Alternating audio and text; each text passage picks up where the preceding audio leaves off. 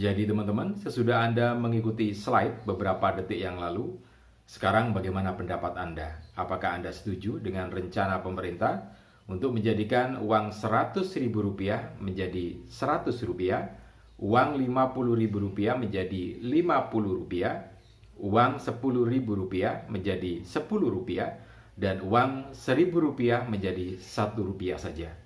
Kalau Anda setuju atau tidak setuju, silakan Anda bisa menyampaikannya di kolom komentar ini ya. Karena ini adalah rencana pemerintah, rencana strategi pemerintah. Jadi ini bukan hoax, bukan cerita abal-abal, bukan juga menghayal, tetapi rencana pemerintah atau rencana strategis pemerintah memang seperti itu. Itu tertuang dalam Peraturan Menteri Keuangan nomor 77 garis miring PMK.01 garis miring tahun 2020. Nah, ada 15 RUU di dalam Peraturan Menteri Keuangan itu. Nah, satu di antaranya adalah redenominasi. Jadi, namanya itu adalah redenominasi, penyederhanaan mata uang rupiah. Jadi, uang rupiah yang Rp100.000 disederhanakan menjadi Rp100, kemudian Rp50.000 disederhanakan menjadi Rp50, Rp10.000 disederhanakan menjadi Rp10, dan Rp1.000 disederhanakan menjadi Rp1 saja. Jadi seperti itu ya. Nah, tinggal Anda setuju atau tidak, karena itu juga akan menunggu persetujuan dari DPR melalui RUU yang akan dibahas di DPR. Nah, Anda yang nanti akan terlibat menggunakan mata uang itu bisa menyampaikan opini atau pendapat Anda, karena kalau masyarakat tidak setuju dan RUU tidak ada, maka rencana penyederhanaan itu juga tidak akan dilakukan. Nah, karena semuanya akan berimbas pada Anda. Jadi yang pegang uang kan nanti masyarakat seluruh Indonesia ya. Nah, kita lihat bahwa dasar hukumnya sudah ada, artinya dalam 5 tahun ke depan akan dilakukan penyederhanaan mata uang rupiah itu, dengan catatan undang-undangnya disetujui oleh DPR atau RUU-nya disetujui oleh DPR menjadi undang-undang. Nah, kita ingin tahu apa sebetulnya yang ingin dilakukan oleh pemerintah dengan penyederhanaan ini. Manfaatnya apa gitu ya. Akan kita lihat. Paling tidak ada beberapa manfaat yang didapatkan.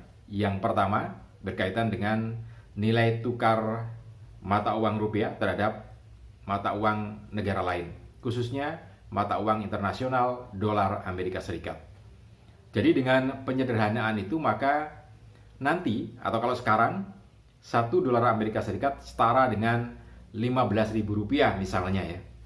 Maka nanti kalau sudah diredenominasi, maka perbandingan antara uang dolar Amerika Serikat dengan rupiah menjadi 15 gitu ya.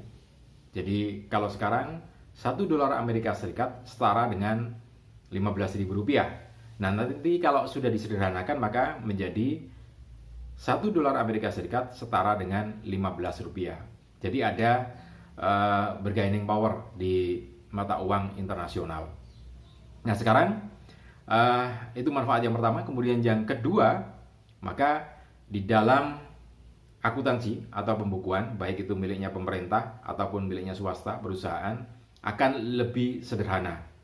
Jadi tidak panjang angkanya. Bayangkan saja misalkan 3 juta gitu ya, maka nanti hanya menjadi Rp3.000 gitu ya. Hampir sama dengan yang dilakukan oleh masyarakat sekarang. Kalau ditanya harga motornya berapa misalnya, kita membelinya harga 9 juta, maka nanti disederhanakan, orang akan menyebutnya harga motornya berapa? Rp9.000 gitu ya. Itu kan sama dengan yang sudah ada sekarang ya. Jadi sudah ada terjadi di masyarakat sebetulnya penyederhanaan itu, hanya penulisannya tidak diikuti gitu ya.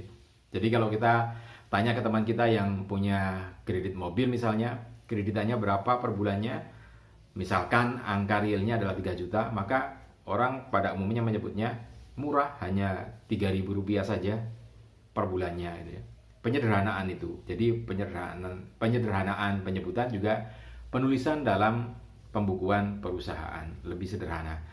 Kemudian yang berikutnya, dengan penyederhanaan angka itu, maka akan lebih mengurangi dampak human error ya, karena angkanya lebih sedikit. nolnya lebih sedikit, tidak lebih banyak seperti itu. Nah, itu 3 manfaat yang bisa didapatkan kalau ada redenominasi. Nah, sekali lagi, menurut Anda apakah memang sudah layak atau sudah saatnya kita melakukan redenominasi? Karena angkanya sudah, mata uang kita sudah besar ya, 100.000 gitu ya. Dulu padahal kalau Anda masih kecil usianya seperti kita, paling 10.000 yang paling besar ya. Sekarang 100.000 rupiah. Nah, di sisi lain teman-teman, kalau kita melihat angka yang nanti akan jadi gitu ya, jadi 100.000 rupiah menjadi 100 rupiah, 50.000 rupiah menjadi 50 rupiah, 10.000 rupiah menjadi 10 rupiah, dan 1.000 rupiah menjadi 1 rupiah saja. Maka Anda yang kelahiran di bawah tahun 1980 sebetulnya mungkin akan kembali seperti zaman dulu ya. Ada nilai atau mata uang 100 rupiah koin ya, 100 rupiah koin bergambar rumah itu ya, rumah Minangkabau ya, koin. Kemudian ada 50 rupiah juga koin ya. Kemudian ada uang 25 rupiah juga ada 10 rupiah juga ada 5 rupiah juga ada gitu ya. Nah, mungkin akan kembali ke seperti zaman dulu gitu ya. Nah, itu gambarannya. Tinggal apakah memang akan benar kembali seperti itu? Rencana pemerintah dalam rencana strategi 5 tahun, jadi antara 2020 sampai 2025 memang merencanakan redenominasi seperti itu. Jadi tinggal bagaimana Anda akan menyetujui atau tidak, karena itu menunggu persetujuan dari DPR melalui RUU yang akan dibahas di DPR ya. Jadi rentang waktunya 5 tahun ke depan. Artinya bisa 2 tahun lagi, bisa 2,5 tahun lagi dimulai. Nah, prosesnya seperti apa? Akan ada perubahan ya, karena akan banyak perubahan di masyarakat kita. Masa peralihan kemudian dengan mata uang yang baru. Jadi ada 3 mata uang lama, kemudian mata uang transisi, kemudian mata uang yang baru. Jadi ada bentuk mata uangnya gitu ya. Nah, berbagai media sudah menginformasikan seperti itu, termasuk diantaranya Detikcom, CNBC, Kompas juga sudah membahas hal semacam itu. Karena itu ini masyarakat tinggal bagaimana mensikapinya, apakah memang akan menyetujui atau tidak. Nah, oke. Kalau tadi disebutkan atau saya sebutkan 3 manfaat yang akan didapatkan secara positif gitu ya. Nah, apakah memang benar akan terjadi? Kita melihat dari beberapa negara yang lainnya yang sudah melakukan redenominasi, tetapi gagal gitu ya. Brasil misalnya, Brasil juga pernah melakukan redenominasi, tetapi gagal karena kondisi stabilitas dan kondisi perekonomiannya yang memang tidak dalam kondisi yang bagus gitu ya. Akhirnya gagal. Jadi ada masalah, justru malah timbul perekonomian, kemudian mata uangnya juga berhadapan dengan dolar juga tidak terlalu sekuat yang seperti diharapkan. Brasil gagal. Kemudian Rusia juga pernah mengalami kegagalan karena melakukan redenominasi juga. Nah, Korea Utara juga pernah melakukan redenominasi dan gagal juga. Gagal dalam artian tidak seperti yang diharapkan karena masyarakat pada bingung. Jadi ditengarai karena sosialisasi yang kurang masif pada masyarakat, sehingga masyarakat kebingungan dan rame-rame menukarkan uang lamanya ke uang yang baru, padahal di bank tidak tersedia jumlah yang cukup untuk ditukar dengan uang yang lama dengan yang baru itu. Jadi panik, kemudian gagal juga. Nah, kemudian Turki ini juga bisa dibilang sampai pada tahap perencanaan dan pelaksanaan itu. Jadi mulai tahap awal, kemudian peralihan, sampai di titik akhir diganti semua sudah mata uangnya. Bisa dikatakan sukses, tapi beberapa tahun kemudian justru malah mata uangnya terpuruk terhadap dolar Amerika Serikat.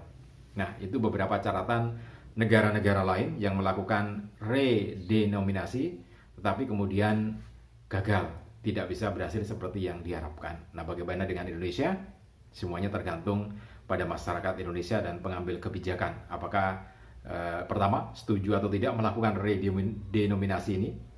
Nunggu di undang-undang di DPR, kemudian tergantung juga masyarakat. Oke, semuanya kembali pada Anda. Setuju atau tidak melakukan redenominasi? Dan siap nggak Anda melakukan redenominasi? Mudah-mudahan video kali ini bermanfaat. Salam dan sukses selalu untuk Anda.